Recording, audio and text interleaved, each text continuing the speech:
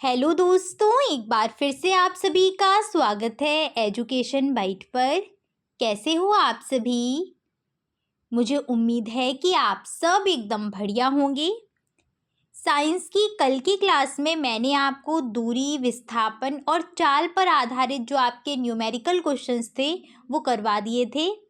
साथ साथ मैंने आपको गति विषयक समीकरण और न्यूटन के जो गति के नियम थे वो कंप्लीट करवा दिए हैं।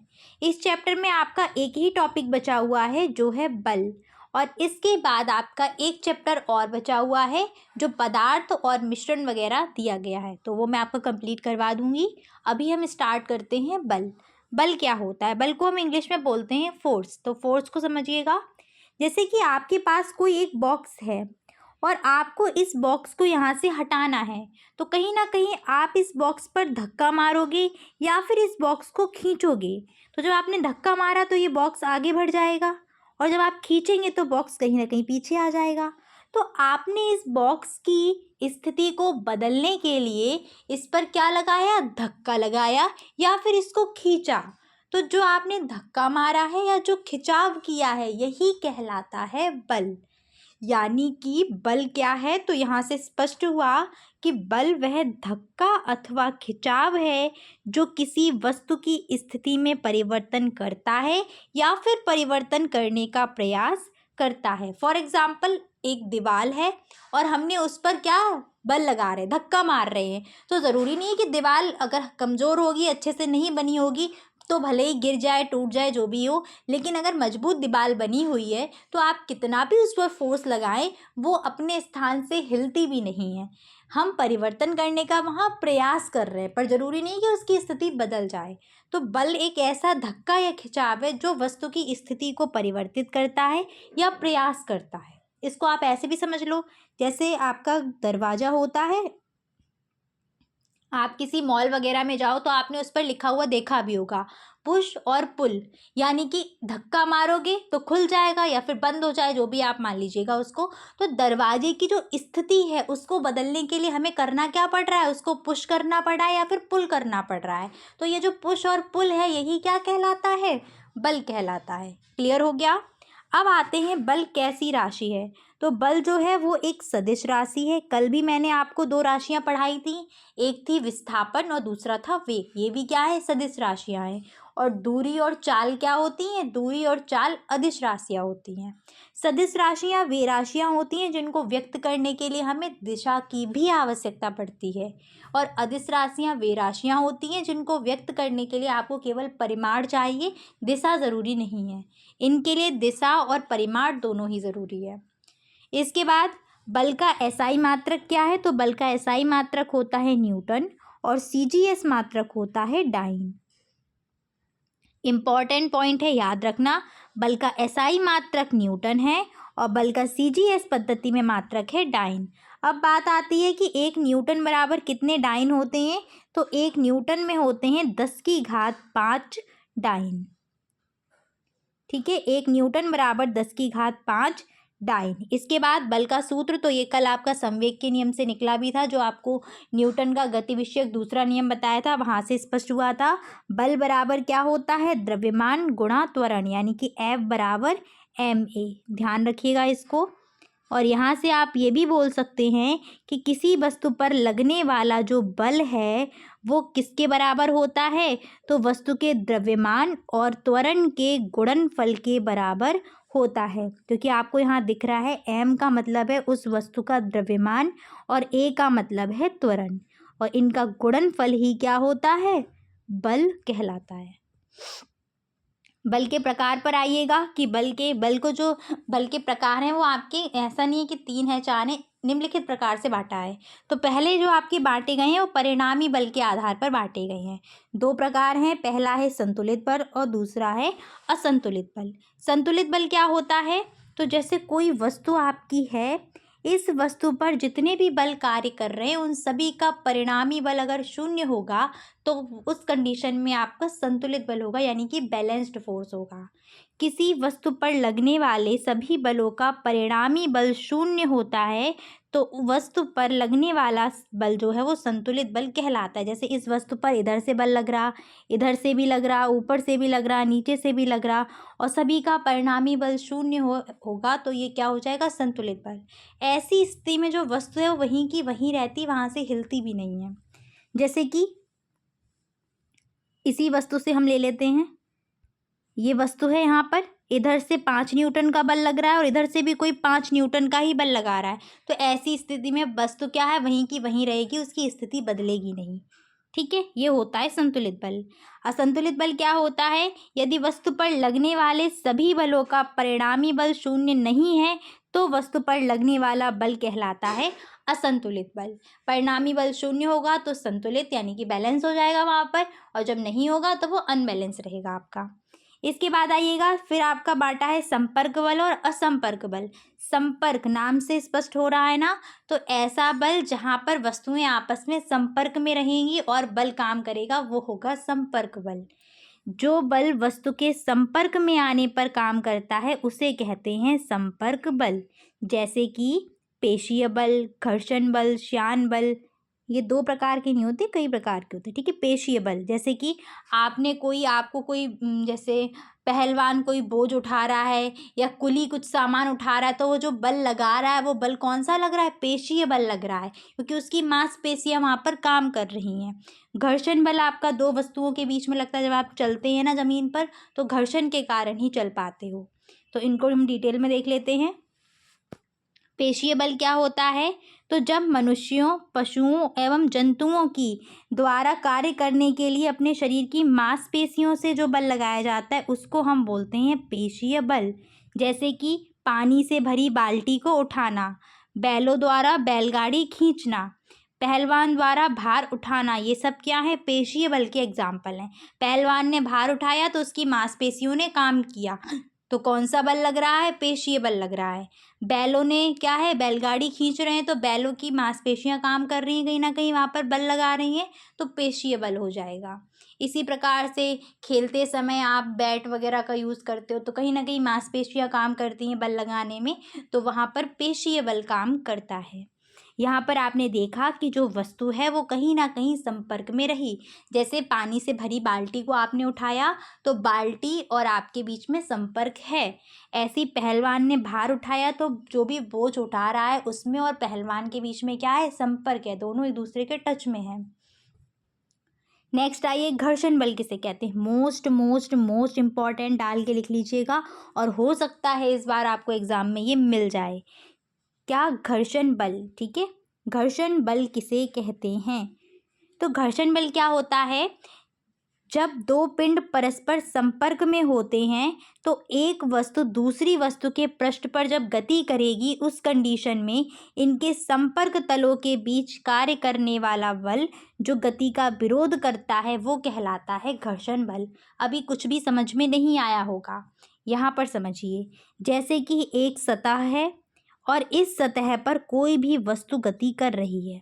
ठीक है, जब ये दोनों वस्तु एक दूसरे के संपर्क में होंगी, 2 पिंड हो गए यहाँ पर, एक दूसरे के संपर्क में हैं और एक वस्तु दूसरी वस्तु पर गति कर रही है, तो उस टाइम पर एक वस्तु पर जो है वो गति के, जैसे गति इधर की साइड कर रही है तो गति के विपरीत दिशा में एक बल लगता है जो दूसरा पृष्ठ जो है ना वो बल लगाता है, वही बल कहलाता है घर्षण बल।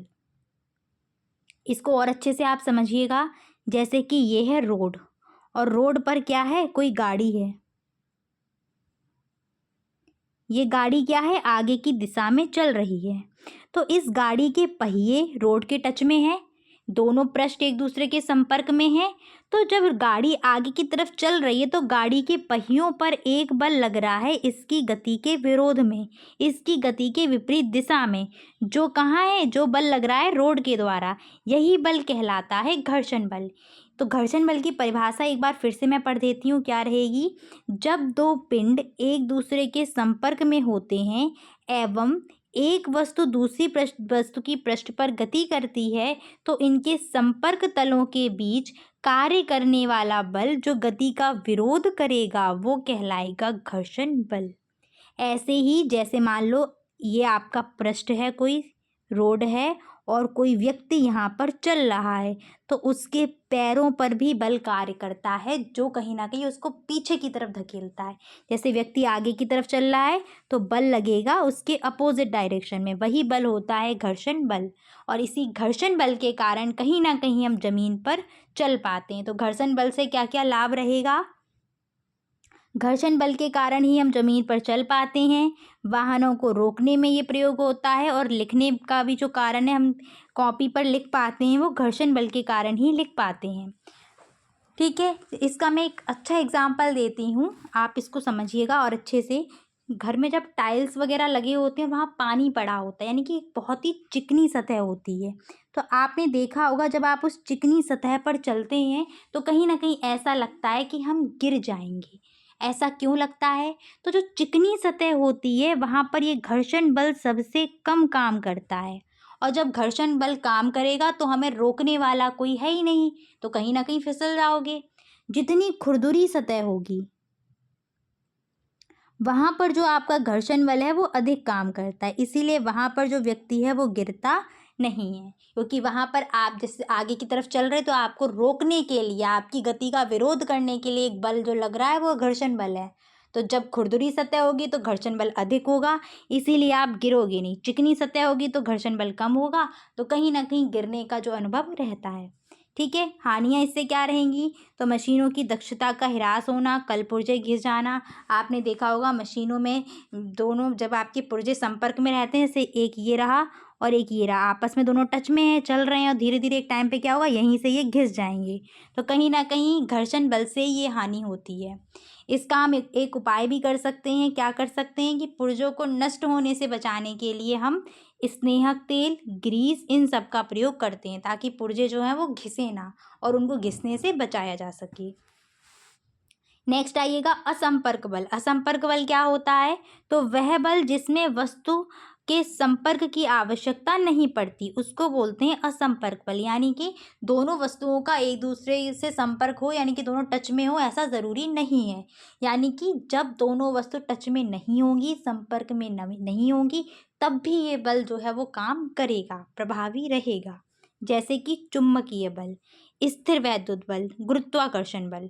गुरुत्वाकर्षण बल देखिए, ये पृथ्वी है नीचे और बॉल हम यहाँ फेंकें तो बॉल और पृथ्वी अभी टच में नहीं है, बट फिर भी बॉल नीचे की तरफ ही आती है। तो इस स्थिति में कौन सा बल काम कर रहा? संपर्क बल। ठीक है, चलिएगा देखते हैं। तो सबसे पहले चुंबकीय बल क्या होता है? चुंबक के ध्रुवों के मध्य लगने वाला बल चुंबकीय, या फिर चुंबकीय पदार्थों के मध्य लगने वाला बल जो है वो कहलाता है चुंबकीय बल। जैसे कि एक चुंबक है और यहाँ पर लोहा वगैरह रखा हुआ है, तो लोहा और चुंबक के बीच में जो बल काम करेगा वो है चुंबकीय बल। याद रखना, जैसे आपकी ये चुंबक है तो चुंबक के आसपास जहाँ तक चुंबकीय बल काम करेगा वो कहलाता है चुंबकीय क्षेत्र। ठीक है, चुंबक में दो ध्रुव होते हैं, एक एन ध्रुव होता है और एक होता है एस ध्रुव। क्लियर? चुंबक में दो ध्रुव यानी कि उत्तरी ध्रुव और दक्षिणी ध्रुव। एन को बोलते हैं नॉर्थ पोल, एस को बोलते हैं साउथ पोल। स्थिर वैद्युत बल क्या होता है? तो दो आवेशित कणों के बीच लगने वाला आकर्षण या प्रतिकर्षण बल ही कहलाता है विद्युत बल।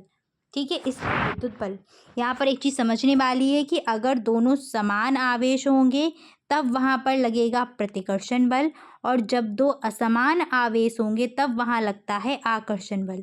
दोनों निगेटिव चार्ज हैं तब भी क्या लगेगा? प्रतिकर्षण। दोनों पॉजिटिव हैं तब भी प्रतिकर्षण, और एक पॉजिटिव एक निगेटिव है तब क्या लगेगा? आकर्षण बल। यहीं पर एक चीज़ और समझा दूँ, ऐसे ही दो चुम्बक को देख लीजिएगा। आपको भी जस्ट बताया कि चुम्बक में एक एन सिरा होता है और एक एस सिरा होता है। ऐसी दूसरी चुम्बक आप ले आई जिसमें एन सिरा और दूसरा एस सिरा। तो जब आप अपोजिट ध्रुव को साथ में लेकर के आओगे, नॉर्थ और साउथ को एक साथ लेकर के आएंगे तो आकर्षण का काम करेगा, ये दोनों चिपक जाएंगे आपस में। लेकिन जब आप सेम यानी कि साउथ के सामने उत्तरी ध्रुव के सामने उत्तरी ध्रुव रखोगे तो कहीं ना कहीं बीच में क्या होगा? प्रतिकर्षण होगा। क्लियर है, ये चीज़ ध्यान रखना। तो सेम जब होते हैं आवेश या फिर सेम ध्रुव एक साथ आते हैं तब वहाँ प्रतिकर्षण होता है, और अलग अलग आएंगे तो वहाँ पर आकर्षण काम करेगा। नाभिकीय बल क्या होता है? तो परमाणु के नाभिक में स्थित प्रोटॉन व न्यूट्रॉन के बीच लगने वाले बल को हम बोलते हैं नाभिकीय बल। ये दो प्रकार के होते हैं, एक आपका प्रबल नाभिकीय बल होता है और एक होता है दुर्बल नाभिकीय बल। क्लियर है? इसके बाद है आपका गुरुत्वाकर्षण बल, जो कि पृथ्वी के द्वारा, पृथ्वी नहीं, ज़रूरी नहीं पृथ्वी, कोई भी पिंड का है उसका लक्ष्य, जैसे आपका चंद्रमा पर भी गुरुत्वाकर्षण बल लगता है, ठीक है, तो किसी भी पिंड के उस पर काम करेगा ये।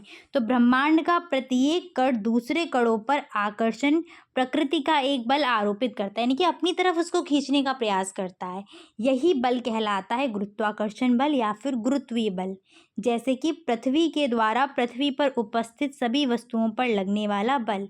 आप बॉल को ऊपर की तरफ फेंकते हैं बट वो नीचे आती है, कोई भी वस्तु आप ऊपर को फेंकते हैं वो नीचे आती है।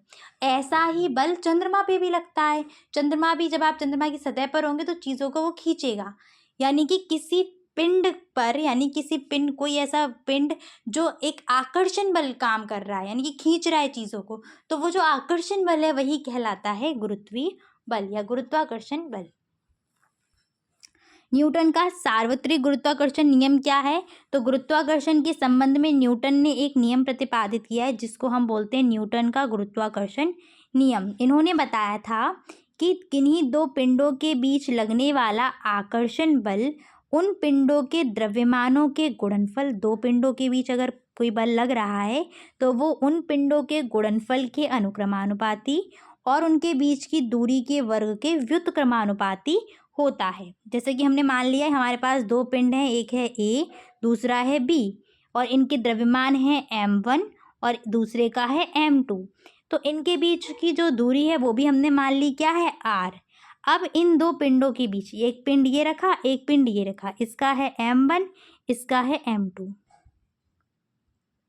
ये रहा m1 द्रव्यमान का, ये रहा m2 द्रव्यमान का, दूरी हो गई r। तो इनके बीच में जो फोर्स काम करेगा वो बल क्या होगा, इन दोनों पिंडों के द्रव्यमानों के गुणनफल के अनुक्रमानुपाती होगा और दूरी के वर्ग के व्युत्क्रमानुपाती। तो यहाँ से आपका बन जाएगा F proportional m1 into m2 और दूसरा बनेगा F प्रोपोर्शनल आपका 1/r²। तो यहाँ से इनको मिला के लिखेंगे, आ जाएगा F proportional m1 into m2 upon r²। Proportional का साइन हटेगा, आपका नियतांक आ जाएगा g, और ये g जो है यही है आपका सार्वत्रिक गुरुत्वाकर्षण नियतांक, जिसका मान होता है 6.67 गुणा 10⁻⁻11 न्यूटन मीटर स्क्वायर पर किलोग्राम। ठीक है, तो ये सूत्र ज़रूर ध्यान रखिएगा, साथ साथ g को ध्यान रखिए कि g क्या है। क्लियर है? इसके बाद आइए संवेग संरक्षण के नियम पर। संवेग संरक्षण का नियम मोस्ट इम्पॉर्टेंट है। ये क्या कहता है कि जो संवेग है वो संरक्षित रहता है, नियत रहता। किसी निकाय पर कोई बल कार्य अगर नहीं करेगा तो निकाय का कुल संवेग सदैव नियत रहेगा। इसी को बोलते हैं संवेग संरक्षण का नियम। कोई भी पिंड है, अगर उस पर कोई भी फोर्स काम नहीं कर रहा है तो उस समय उसका जो कुल संवेग होगा वो क्या होगा, नियत रहेगा। ठीक है, तो ये होता है आपका संवेग संरक्षण का नियम। यहीं पर आपका ये चैप्टर जो है वो कंप्लीट हो जाता है। नेक्स्ट चैप्टर है आपका पदार्थ और मिश्रण वगैरह, पदार्थ की अवस्थाएं हैं, तो इसको हम नेक्स्ट क्लास में कंप्लीट करेंगे। और आपका जो चैप्टर है वो जैसे ही कंप्लीट होता है साइंस का सिलेबस जो है वो कंप्लीट हो जाएगा। आज इतना ही रखती हूँ। Thanks for watching and please like share and subscribe my channel. Bye, take care.